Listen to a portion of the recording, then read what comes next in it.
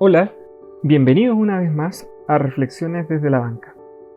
Actualmente, si acaso los evangélicos son o no una fuerza política en Chile, es un tema que ha cobrado nuevos bríos a las puertas del plebiscito de salida para votar apruebo o rechazo a la propuesta de Constitución de la República que próximamente debe presentar la Convención Constitucional. Desde que ocurrió el plebiscito de entrada para una nueva constitución en octubre del año 2020, hubo evangélicos que quedaron con cierta desazón. Fue de todos sabido que hubo sectores que realizaron una intensa campaña por la opción rechazo. Entre los fervorosos discursos de esos días, había quienes decían que, dado que los evangélicos son un 25% de la población, entre paréntesis, una cifra que nadie se molestaba en siquiera interrogar, no solo resultó que ganó la opción apruebo, sino que, según la encuesta CADEM, el 57% de sus encuestados evangélicos optó por el apruebo, mientras que el 43% optó por el rechazo. Esto es llamativo, entre otras cosas, porque si bien hubo sectores que hicieron campaña por el apruebo, en términos comparativos su incidencia por entonces parecía visiblemente menor a la de quienes hicieron campaña por el rechazo. Las esperanzas fueron puestas entonces en las elecciones de candidatos a constituyentes en mayo del año 2021. Hubo una movilización a nivel nacional en la que nuevamente grupos organizados quisieron llevar a candidatos evangélicos.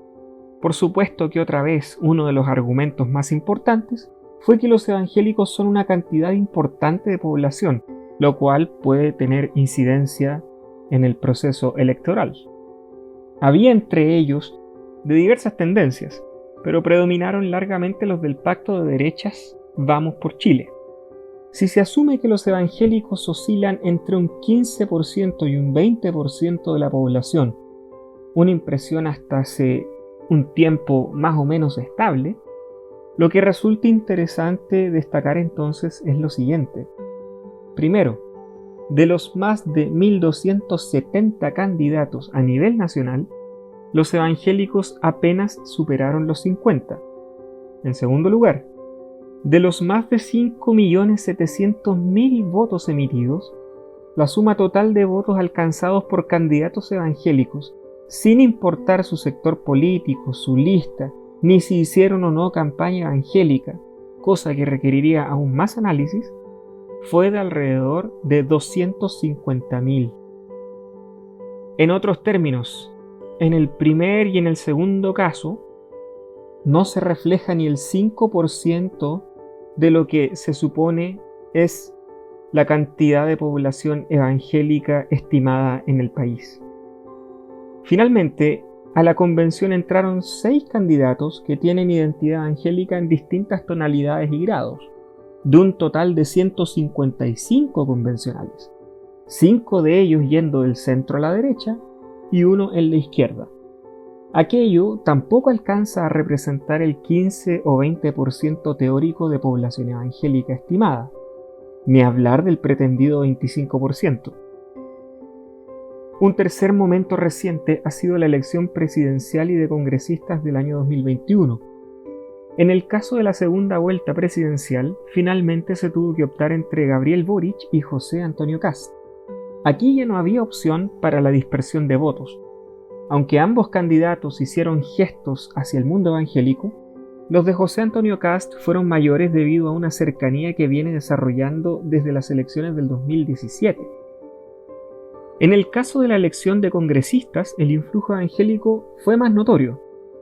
Si nos fijamos en el Congreso Nacional, salió reelecta la así llamada bancada evangélica que se formó en el año 2018, compuesta por Eduardo Durán, Francesca Muñoz y Leonidas Romero. A ellos se añadieron 4 evangélicos más: Mauro González, Stefan Schubert, Roberto Arroyo y Sara Concha. Todos pertenecen a algún conglomerado desde el centro a las derechas. Eso nos deja con un total de 7 diputados de identidad evangélica de un total de 155. Desde luego, esto no representa en modo alguno el rango de porcentaje de población que se cree que son los evangélicos.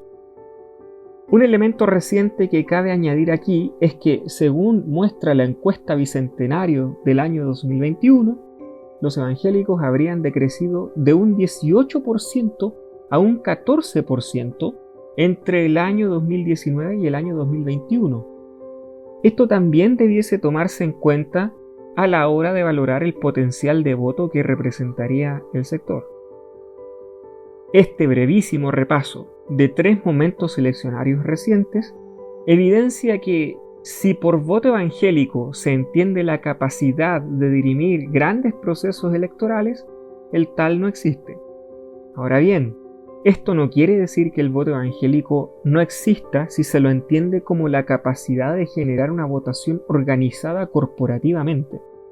En ese plano, sí existe y tiene cierto potencial, porque los grupos más organizados sí han logrado generar cierta incidencia en la medida en que, aunque son pocos quienes triunfan haciendo campaña específicamente evangélica, aún así triunfan. En este sentido, es destacable que, por primera vez, un partido evangélico haya logrado llevar al Congreso a una diputada de sus filas. Me refiero al Partido Conservador Cristiano y a la diputada Sara Concha. De los partidos evangélicos de los que se tiene antecedente, ninguno logró tal cosa. Los evangélicos que han llegado al Congreso antes y ahora lo han hecho a través de partidos corrientes. Así que el voto evangélico en cierto modo sí existe, pero en forma incipiente. Y por eso mismo, aquí me van a perdonar los optimistas, no tiene una importancia fundamental como algunos han querido hacer ver. Atendiendo lo dicho, habría que concluir por fuerza que no es esperable que el voto evangélico vaya a cambiar algo en este proceso. Eso sí, lo que podría esperarse es que el porcentaje del rechazo entre los evangélicos suba, debido principalmente a la tendencia de desencanto con la convención que se ha reflejado en las últimas encuestas con el ascenso de esa opción. Desde luego que esto no es algo específicamente evangélico, pero valga decir que también se han levantado razones de interés específicamente religioso para elegir esa opción, en cuanto que hay quienes objetan el tratamiento que la convención ha dado a preocupaciones más cercanas para el mundo evangélico, como la libertad religiosa y la dignidad humana, especialmente en materia de aborto. Esto, por supuesto, no quiere decir que no haya evangélicos que desarrollen su postura conforme a la oposición a otros tópicos como el pluralismo jurídico, la forma de Estado y tantos otros. Pese a lo anterior, hay que añadir aquí que sí existe la posibilidad de que haya un punto de quiebre importante, al menos en comparación con otros procesos eleccionarios, como los descritos, y refiere al hecho de que en esta ocasión el voto será obligatorio. Esto porque ahora los evangélicos, usualmente autodenominados apolíticos, que suelen ser menos proclives a la participación en procesos electorales o a interesarse en temas políticos en general, tendrán que acudir a la urna. Eventualmente, este factor podría incidir tanto más en el incremento de la opción rechazo entre los evangélicos, puesto que quienes se decantan por el apoliticismo tienden a posturas religiosas más tradicionalistas, lo cual podría expresarse en posturas políticamente más conservadoras. En este campo se encuentran sectores del pentecostalismo que, como todos sabemos, es la corriente mayoritaria entre los evangélicos chilenos. ¿Cuántos pentecostales declarados apolíticos que no van a la urna usualmente ahora van a tener que ir a votar? La pregunta que habrá que resolver en el futuro es cómo saber más o menos cuántos son esos evangélicos que acudieron únicamente porque el voto fue obligado. Esto será importante porque permitirá tener una idea más clara sobre el votante evangélico y, consecuentemente, sobre si acaso existe un potencial de voto corporativo mayor, cosa difícil de saber de acuerdo a las proporciones en elecciones voluntarias.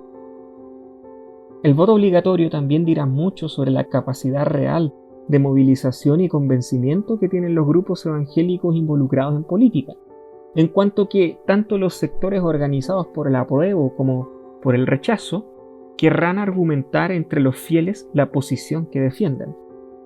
Votantes del sector apolítico, a su vez, pueden acudir a la urna, bien es cierto, pero no necesariamente sujetarse a las posturas antedichas, y dejar en blanco o anular. Por lo tanto, es ese sector, el apolítico, el que será campo de persuasión, pero además el sector que podría definir la comprensión sobre el potencial del voto evangélico. Habrá que esperar encuestas post-plebiscito.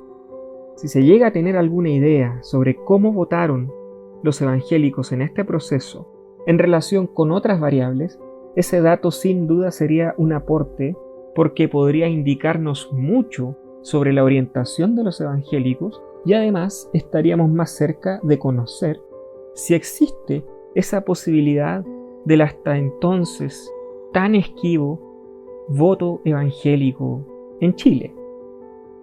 El día 4 de septiembre ya se acerca y usted, hermano, hermana, ¿ya decidió cómo va a votar?